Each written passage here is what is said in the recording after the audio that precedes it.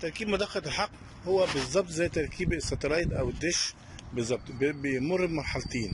المرحله الاولى مرحله التثبيت بالايه، توجيه الدش او طبق لطبق موازي ليه او نفس الايه، نفس الاتجاه. يعني مثلا ده نايل سات، ده الموازي ليه بعمله باتجاه النايل سات بالظبط، زي توجيه اولي.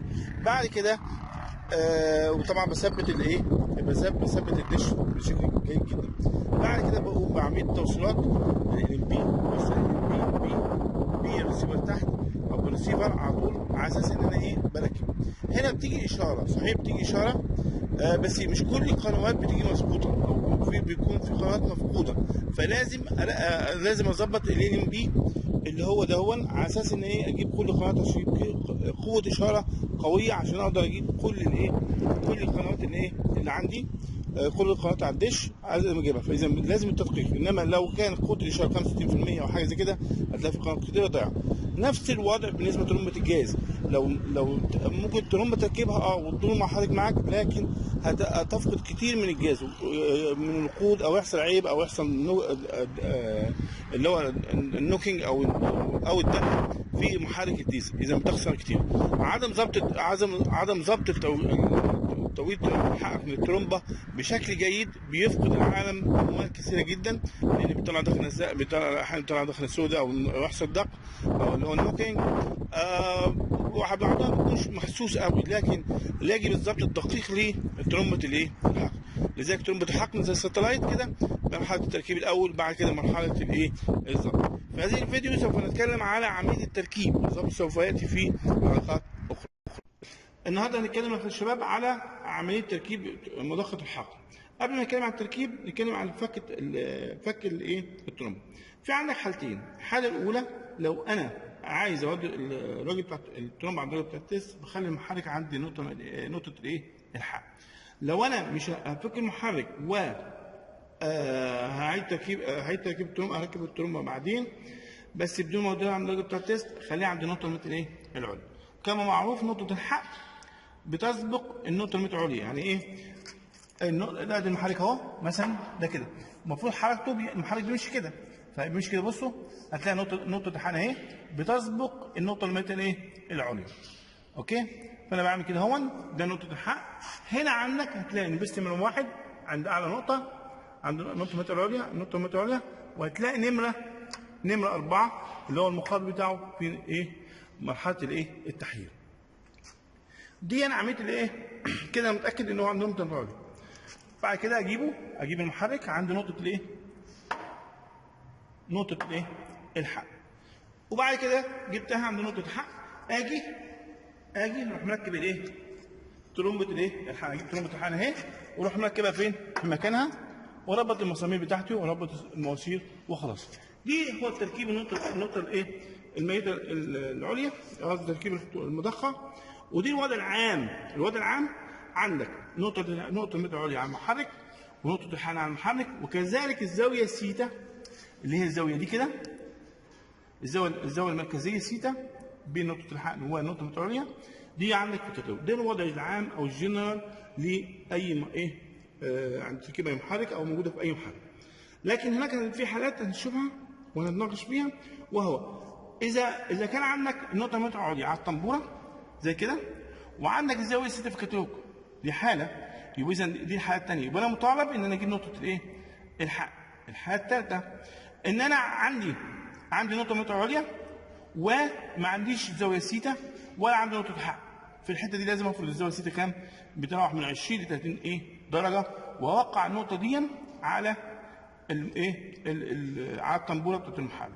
الحاله الرابعه ان انا ولا عندي نقطه حقن، ولا عندي نقطه عليا، ولا عندي زاويه سيتا، الزاويه سيتا. ازاي هركب المحرك بهذا الشكل؟ فدي الاربع حالات اللي ممكن تقابلك على اي محرك، وحاله من الاربعه دول هيقابلك. نتكلم على الاربع حالات تركيب المضخه الحقن وليس التدقيق. فهنا بنركب بس شوف، مش هتقابل غير 4 حالات. تركيب الترومبه سهل جدا. اسوأ شيء هيحصل لو انت ركبت خطا، اي خطا الموتور مش هيدور، ده اسوأ شيء. لكن الاربع حالات اللي بينهم هتشوفهم في حالتك هم كالاتي. واحد، الحالة الأولى أو الحالة العامة، علامة النقطة المتعالية المفروض موجودة على الطنبورة، علامة نقطة الحقن موجودة على الطنبورة، زاوية الحقن موجودة في الكتالوج. فإذا بركب الترومبة على نقطة الإيه؟ الحقن النمرة 1 على أساس إن جاية مظبوطة مع عند الراجل بتاع التيست على العلامة مظبوطة على إن النمرة 1 هو اللي إيه؟ اللي عليه الدور في الحقن. فهذه عملية سهلة جدا. الحالة الثانية وهي إن أنت عندك علامة النقطة المتعالية العليا وعندك زاوية الحقن معلومة، دي موجودة في الكتالوج. إذا بالتالي أنا محتاج مين؟ محتاج نقطة الحقن اللي هي مفقودة في فإذا أجيبها إزاي؟ إن أنا أجيبها إزاي؟ إن أنا أطبق المعادلة التالية. المعادلة التالية بتقول إيه؟ بتقول لك إن المسافة بين النقطة المتعالية العليا وعلامة نقطة الحقن يساوي مقدار الزاوية، زاوية الحقن مضروب في محيط الطنبورة في مقسوم على 360 درجة. لأن أي زاوية، لأن محيط الطنبورة بيساوي 2 طهنق بعدد الدرجات 360 درجة. طيب زاوية الحقن يعادل كام مليمتر؟ فإذا الناتج هنا يطلع بالمتر، ويعبر عن المسافة بين نقطة الحقن والنقطة الميتة العليا. فإذا بالتالي أنا بحددها في بحيث إن نقطة الحقن تسبق النقطة الميتة العليا وفي اتجاه الإيه؟ الدوران. لأن النقطة الميتة العليا موجودة في أي محرك موجودة، لأن نقطة ثابتة، نقطة إحداثية ثابتة. إنما زاوية الحقن ممكن تختلف من بلد لبلد لأنها بتأثر على فترة ما قبل الحريق المحرك اللي هي فترة الديلي بيريود. لذلك والجو بيختلف طبعا مثلا من أمريكا لمصر إلى الهند الكلام ده كله، فزاوية الحقن ممكن تختلف من بلد إلى أخرى. إذا بالتالي أنا وصلت جبت نقطة إذا بالتالي أنا وصلت للحالة إيه؟ جبت نقطة الحقن. إذا وصلت للحالة الإيه؟ العامة عندي. الحالة الثالثة بقى عندنا اللي هي فيها إيه؟ ما عنديش غير معلوم بس نقطة المتر العليا، ما عنديش أي حاجة غيرها. فأنا بالتالي هضطر أعمل إيه إزاي؟ هروح أفرض زاوية الحقن تساوي إيه؟ 20 درجة. لأن زاوية الحقن بتتراوح من حدود من 20 ل 30 درجة، من 15 إلى 30 درجة.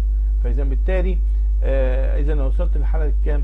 لما تفرض الزاوية 20 وصلت للحالة الإيه؟ الثانية، ومن الثانية وصلت للحالة العامة. الحالة الثالثة أو الحالة الرابعة هنا مفيش حاجة خالص، مفيش لا يوجد شيء خالص إطلاقا. فبالتالي أنا هوجد النقطة المتر العليا وهي مشروحة في الحلقة الأولى من القناة بتاعتي اللي أنا نبيل محاسن. أولا هسيبك رابط تحت في صندوق الوصف عشان تشوفها ازاي اجيب النقطة المتر العليا بطريقة ايه؟ سهلة. فأنا جبت النقطة المتر العليا. إذا وصلت للحالة الثانية ومن الحالة الثالثة ومن الحالة الثالثة للحالة الثانية اللي معلش خطأ هنا، ومن الحالة الثانية إلى الحالة ايه؟ العامة. وصلت للحالة العامة، إذا الدور المحرك مش هيبقى قدامك غير حاجتين اتنين، اما ان يكون اللي يحصل تقديم او هيحصل تاخير او موتور مظبوط. لو حصل تقديم هتلاقي في صوت دق في المحرك ودخنه لحد ما بيضه. اذا حصل تاخير هيبقى قدره المحرك ضعيفه ودخنه سوداء.